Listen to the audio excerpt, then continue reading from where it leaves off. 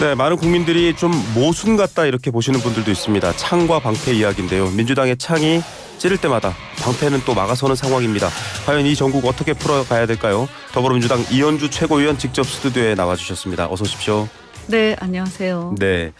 자, 지금 탄핵 심판이 이제 진행되고 있는 과정인데 탄핵소추단의 탄핵 사유에서 내란죄가 빠지는 걸 두고 여당이 굉장히 거센 반응을 하고 있습니다. 국민의힘 내부에서는 사기 탄핵이다, 뭐 취소해야 된다, 재표결하자 이런 얘기까지 나오는 것 같습니다. 내란죄가 빠진 게 아닌데요. 네네. 알면서 네. 저렇게 얘기를 하는 걸 보니까 네. 좀 문제가 있다 이런 생각이 들고, 다만 이제 국민들은 이게 법률적인 용어들이기 때문에 어려워요. 네. 이해하시기 좀 어려울 수가 있거든요. 네. 그래서 이제 설명을 좀 드리자면 이제 헌법 재판이잖아요. 탄핵 네. 심판은요. 그래서 헌법재판하고 형사재판은 좀 달라요. 네. 그래서 헌법재판은 특히 탄핵 심판은 뭐냐면 징계 심판이거든요. 네. 그래서 대통령을 파면하는 거예요. 네. 그래서 우리가 일반적으로 징계 절차는 네. 어떤 형사 절차하고 보통 중복되는 경우가 많잖아요. 같은 이유를 가지고 징계도 하고 형사 사건에서 네. 처벌도 하고 하지만, 보통 징계는 이제 형사 사건에서 판결이 확정되지 않더라도 네. 대충 그 같은 범죄 사실에 대해서 어느 정도 소명만 되면 징계가 되잖아요. 네. 그거랑 같은 원리라고 보시면 됩니다. 예. 그래서 내란죄가 완전히 확정되거나 성립되지 않더라도 내란에 해당되는 범죄 사실, 그러니까 네. 내란 사실만 인정이 되면 되는데, 이 내란 사실을 전제로 해서 네. 헌법재판은 중요한 게 뭐냐, 위헌 위법한 중대한 위헌 위법 행위가 있으면 되는 거예요. 네. 그래서 탄핵 심판은 중요한 게 중대한 위헌 위법 행위. 그래서 대통령이 헌법 수호 책무를 위반했다라는 게 인정이 되는 네. 게 중요한 거거든요. 그래서 똑같은 내용인데, 그래서 대통령이 예를 들어서 위헌 위법한 비상계엄을 선포해서, 그래서 국회의 기능을 저해하고 헌법 선관위 등등을 침탈해서 그래서 헌정 질서를 문란케 했다. 네. 여기까지가 이제 탄핵 심판의 내용이에요. 네. 그리고 똑같은 거지만 이렇게 해서 내란죄가 성립했다. 이것이 이제 형사재판의 내용인 거죠. 네. 그래서 똑같은 거지만 표현이 네. 형사재판은 내란죄 성립 이렇게 나오는 거고, 이제 탄핵 심판은 위헌 위법한 그 비상계엄을 통해서 네. 헌정문란 행위를 해서 결국 헌법 수호 책무를 위반했다. 이렇게 나오는 거예요. 근데 내용은 똑같은 거예요. 내용은 똑같은 내란 행위예요. 예. 그러면 박근혜 전 대통령 사례를 보면 실제로 제3제 뇌물죄를 비롯한 이런 걸로 처벌받기 전에 탄핵 심판이 인용돼서 대통령직 파면이 됐잖아요. 네, 같은 그렇죠. 논리로 볼 수 있다는 그렇죠. 건가요? 그래서 그때도 보면 뇌물이라든지 직권 남용 행위가 있었잖아요. 네. 그죠? 그래서 뇌물이라든가 직권 남용 행위가 박근혜 대통령의 헌법 수호 책무의 위반으로서 탄핵이 된 거고요. 네. 그게 똑같은 그 직권 남용 행위가 직권 남용죄로 그 형사 재판에서 판결을 받아서 네. 처벌이 된 거죠. 그래서 표현이 조금 다르고 절차가 다르고 입증하는 과정들이 다를 뿐이지 똑같은 원인 사실이 있는 거예요. 그래서 예. 전제가 되는 사실관계는 똑같습니다. 근데 이걸 왜 지금 이제 그 재판 준비 기일 때 2차 준비 기일 때 형법상의 범죄에 해당한다는 주장은 철회한다는 취지신가요라는 정영식 재판관의 어떤 발언들 때문에 지금 이제 국민의힘에서는 이렇게 얘기를 하는 것 같아요. 그래서 범죄에 해당한다는 사실은 철회한다는 취지인가요? 라고 네네. 물어봤잖아요. 그게 무슨 말이냐면 범죄 성립까지를 굳이 전제로 할 필요는 없다. 헌법재판소에서 따지겠다는 건 아니다 이런 의미인가요? 그렇죠. 그래서 형사 재판에서 범죄가 성립하는 것까지 지켜볼 필요는 없고 네. 헌법 위반 여부만 여기선 따지겠다라는 얘기를 한 거예요. 거기서는. 네, 알겠습니다. 그러니까 아무 문제가 없어요. 그리고 그 안에서 논의되는 내용은 내란 행위예요. 네. 네. 이거는 뭐 내란 죄를 형법으로 따지는 게 아니라요. 3심까지 가는 헌법재판소에서 대통령의 파면 여부의 근거를 따진다 이렇게 지금 설명해 그 주셨는데 내용은 내란 행위고. 그런데 이제 근데 이제 김상욱 의원 같은 네, 네, 국민의힘 네. 내부에서 네. 소신껏 그때 투표도 하시고 했었던 부분도 이 야당 대표에 대한 이재명 2심 선고 전 마무리하고 싶은 목적이냐라고 아주 맹렬하게 비난하고 있습니다. 이런 국민의힘 의원들의 반응은 어떻게 해석하세요? 그것은 그러니까 탄핵 심판과 형사 재판의 차이를 잘 몰라서 나오는 얘기죠. 내란을 뺀 게 아니다. 결론적으로는 네, 이런 그럼요. 입장이신 거죠. 내란 행위가 다 들어가 있어요. 네. 네, 그러니까 내란 행위에 대한 설명도 다 들어가 있고요. 네. 다만 내란 형사상 내란죄 성립 이것을 전제로 하지 않고 그냥 내란 네. 행위를 이 내용으로 해가지고 헌법재판소에서 요구하고 있는 헌법 위반 이런 것들이 마지막에 결론이 돼 있을 뿐인 거죠. 그러면 그러니까 뭐- 프레임이 다른 거죠. 프레임이. 네. 자, 헌법 재판의 관점에서 좀 네. 바라본다라는 프레임이 민주당의 다르다 이렇게 설명이고요. 이해하시면 되고요. 그럼 뭐 이건 옛날에 그 권성동 네네. 탄핵소추위원이었잖아요. 박근혜 네네. 탄핵 재판 때 권성동 그 탄핵소추위원장이 그 당시에 박근혜 재판 때도 제작성을 했어요. 그런 식으로. 네. 그때도 똑같이 그렇게 했어요. 찐빵 없는 찐빵이라는 말에 권성동이 권성동을 부정한다 뭐 이렇게 지금 말들이 오가고 있습니다. 자, 지금 그 한남동 관저 상황과 공수처 상황을 좀 여쭤봐야 될 것 같습니다. 결국은 이 얘기는 뭐 좀 뒤에 또 자세히 여쭤보겠지만 공수처를 두고 양쪽에서 다 비난하는 상황이 됐습니다. 길을 열어줬는데도 체포를 못했다 이런 비난이 있고요. 한편에서는 공수처가 무슨 권한으로 대통령 관저까지 들어와서 대통령을 체포하느냐 이런 논란이 계속 충돌하고 있습니다. 정리 좀 해주시죠. 우리 헌법에 보면요. 대통령은 원래는 불체포 특권이 네. 면책 특권이 있죠. 그래서 대통령은 재직 중에는 범죄로 소추당하지 않아요. 네. 그런데 딱 예외가 두 가지 범죄가 있어요. 네. 내란죄와 외환죄. 네. 워낙 중요하기 때문에 대통령이 내란죄나 외환죄를 일으키면 네. 그거는 소추가 됩니다. 네. 지금 윤석열 대통령은 외환 물론 혐의도 있지만 더 근본적으로 이제 내란죄 지금 혐의가 네. 있기 때문에 소추 대상이 됐고요. 그래서 박근혜 대통령하고 달리 그래서 박근혜 대통령하고 비교하시면 안 돼요. 네. 윤석열 대통령은 대통령의 면책 특권에 해당이 지금 안 돼요. 네. 그래서 소추 대상이 됩니다. 그래서 수사도 받는 거고요. 출석 요구도 받는 거예요. 네. 그리고 체포 대상도 되는 거예요. 네. 대통령이라도 예외가 안 되는 죄를 범하신 거예요. 네. 그래서 이렇게 불법 위헌적인 비상계엄을 했을 때는 내란죄 해당이 되기 때문에 그 혐의에 따라서 출석 요구를 경찰이라든가 공수처가 한 거고요. 예. 그래서 출석 요구를 3번인가 했잖아요. 네. 근데 우리나라 국민들 누구나 마찬가지지만 출석 요구를 했는데 응하지 않았잖아요. 네네. 그러면 수사를 해야 되는데 네. 안 오니까 네. 그럼 어떻게 합니까? 체포해서 수사해야 될 거 나서는 아닙니까? 거죠. 네. 그래서 체포하러 간 거예요. 수사를 안 하니까. 네. 수사에 안 응하니까. 그러니까 뭐냐 하면 본인이 떳떳하면 나와서 수사 받으라 이거예요. 예. 근데 수사 받으러 안 나오잖아요. 그러니까 체포하러 갈 수밖에 없는 거예요. 그래서 법원이 체포 영장을 발부를 해준 거예요. 네. 그러면서 혹시 도망가거나 못 찾을까 봐 수색 영장까지 발부를 같이 해줬어요. 그죠? 수색까지 같이 네. 하도록 110조 해줬어요. 예외 논란. 그거 그렇죠. 말씀하시는 거죠. 그래서 법원의 영장을 가지고 적법하게 수사기관이 체포하러 갔는데 네. 이것에 저항한 거죠. 이것은 어마어마한 일이에요. 왜냐하면 우리나라 국민 어떤 누구도 수사에 불응하거나 영장에 저항해서 네.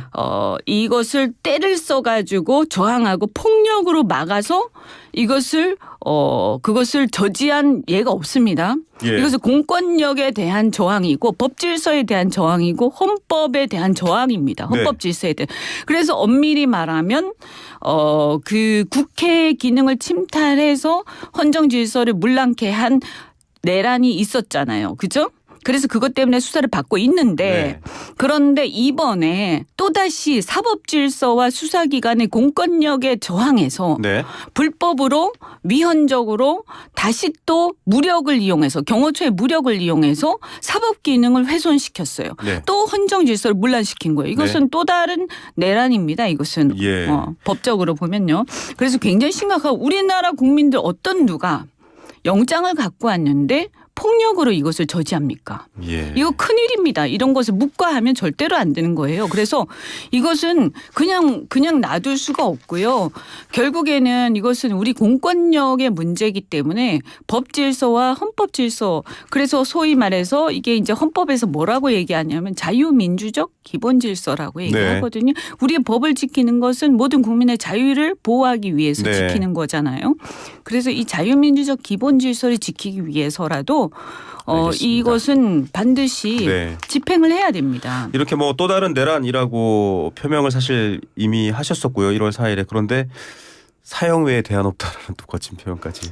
그러니까 뭐냐 하면 만약 이거는 어떤 사회에서 격리를 하지 않으면 안 되는 거죠. 예를 네. 들어서 어떤 범법자가 있는데 수사받으러 나오라고 했는데 계속 안 나와. 네. 그래서 법원이 영장을 발부해서 체포하러 갔어요. 네. 그죠? 수사를 하기 위해서 체포를 하러 갔어요. 안 나오니까. 그죠? 네네. 그러면 체포를 받아서 수사를 받으면 되는데 그것도 무력을 이용해서, 그럼 이건 무슨 조폭도 아니고 깡패도 아니고요. 그렇지 네. 않습니까?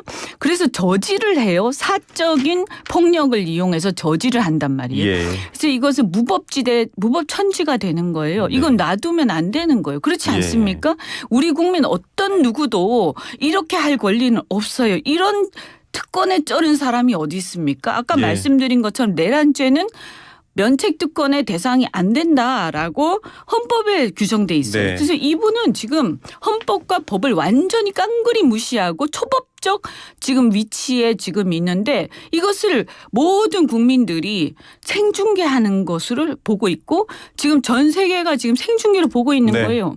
그럼 대한민국이 어떻게 되겠어요? 지금 윤석열 대통령이 어쨌든 당당히 수사에 또 탄핵 심판에 임하겠다라는 것과 달리 모습을 드러내지 않기 때문에 표면적으로는 국가기관끼리의 충돌과 싸움으로만 자꾸 보이는 면이 있거든요. 지금 국가기관이 아니고요. 경호처와 경호처는 국서. 여기서 이제 불법기관이 된 거죠. 네. 예, 우리가 국민들이 혈세를 내서 운영되고 있는 국가기관이죠, 분명히.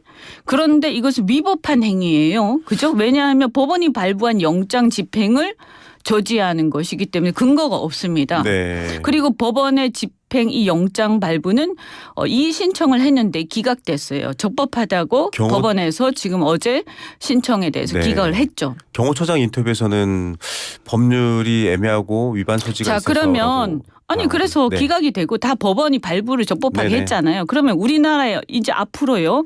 흉악범들이 법원이 영장을 발부를 했어요. 그래서 나오라고 했는데 안 나와요, 출석을. 네네. 그래서 영장을 발부해서 체포하러 갔는데 이 흉악범들이나 조폭들이 설치면서 이 영장에 문제가 있다라고 우기면 네. 그러면 그냥 놔두고 그냥 못 잡습니까?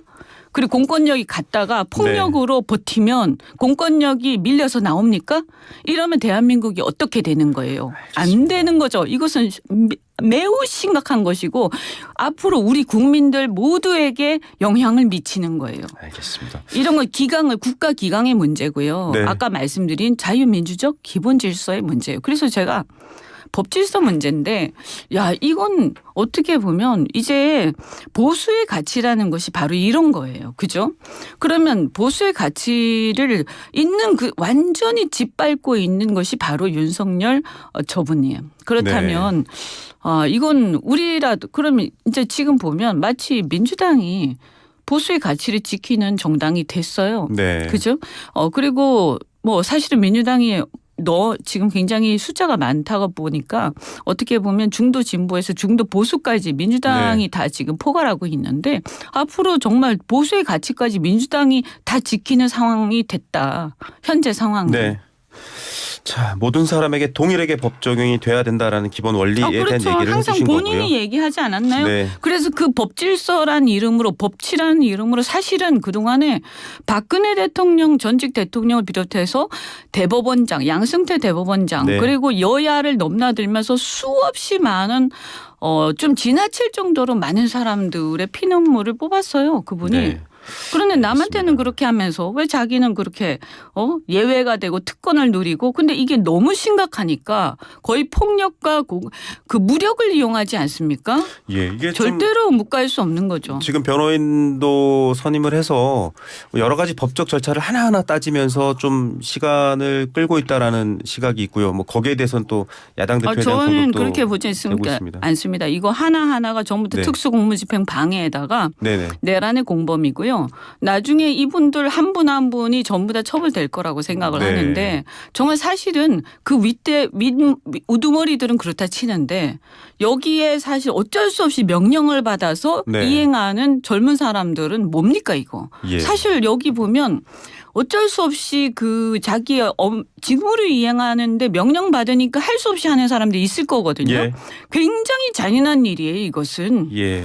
어. 자, 이 수사가 공수처가 과연 내란죄를 수사할 수 있냐라는 논리도 윤석열 대통령 측에서 계속 얘기하고 있고 또 국민의힘에서도 주장하고 있는데 그래서 사실은 특검 얘기에 더 관심이 쏠리긴 하는데 지금 국민의힘에서는 일단 단일 대우로 부결시키겠다 이렇게 나오고 있습니다. 수정안 얘기도 나오는 것 같은데 특검 법안 내란 특검 어떻게 해결해야 될까요? 뭐 일단은 공수처가 그 직권남용죄를 수사할 수 있는 권한이 있고 그 직권남용에 그 관련된 관련 범죄. 범죄다 네. 내란이라는 것이 그래서 수사할 수 있다라고 이번에 그 영장에 대한 이의 신청을 기각하면서 법원이 그것을 결정을 했습니다. 네. 그래서 판시를 했기 때문에 법원의 입장 자체가 권한이 있다라고 이미 나왔고요. 예. 네, 그래서 그건 분명히 제가 밝혀드리고 이렇게 좀 사법부의 입장이나 이 해석을 갖다 좀 존중을 하길 바래요. 도대체가 어떻게 된 게 이 보수 정당이라고 하면서 법도 무시하고 마구잡이를 하고 있어요. 큰일 났어요, 이분들. 그 배경이 뭐라고 보세요? 저는 그래서 보수 정당이 아니라고 생각하죠. 이게 이렇게 그러니까 좀 지금 하는 그냥 이유가 뭐 지지층 결집이나 세를 좀 확장하거나 이런 의도일까요? 어떻게 해석하십니까? 그 이제 밀린다고 생각하는 것 같아요. 네. 네, 그냥 사실은 잘못이고 문제가 있다라는 것을 인정하기 시작하면 밀린다. 네. 사과하기 시작하면 밀린다. 네. 그래서 그렇다고 생각하는데 저는 그렇지 않다고 생각하고요. 국민들이 결국에는 지금 다 비웃고 있거든요. 네. 일부 한 20% 15 내지 20%의 극렬 지지층이 있어요. 물론.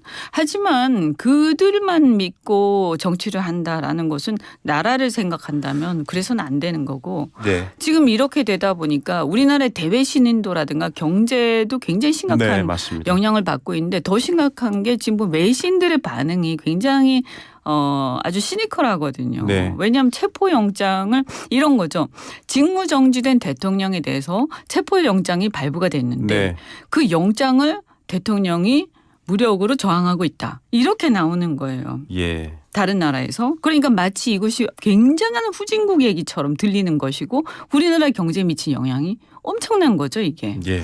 BBC에서도 그런 네. 반응을 했었죠. 그러니까요. 이렇게 굉장히 어려운가? 창피한 라고. 일이고 그래서 어쨌든 이 특검도 네. 저는 뭐 때문에 필요하냐. 이게 지금 이제 여러 기관들이 이제 하다 보니까 이런 것들이 종합이 나중에 돼야 되고요. 그다음에 사실은 우리가 지금 수사를 제대로 못 하고 있는데 여기 대통령 체포와 이런 것들로 네. 안 되고 있다 보니까 사실 지방자치단체에도 사실 이게 지금 계엄이 전국적으로 이루어졌기 때문에 네. 지방자치단체에도 하달이 됐습니다. 예. 그래서 실제 지방자치단체에도 각 지방자치단체 계엄에 대한 명령이 떨어졌거든요. 네. 그래서 계엄 선포가.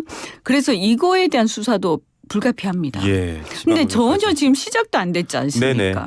그래서 이런 부분들을 그럼 누가 다 할 거냐. 네. 포괄적 수사가 그렇죠. 필요하고. 포괄적 수사가 네. 필요하고요.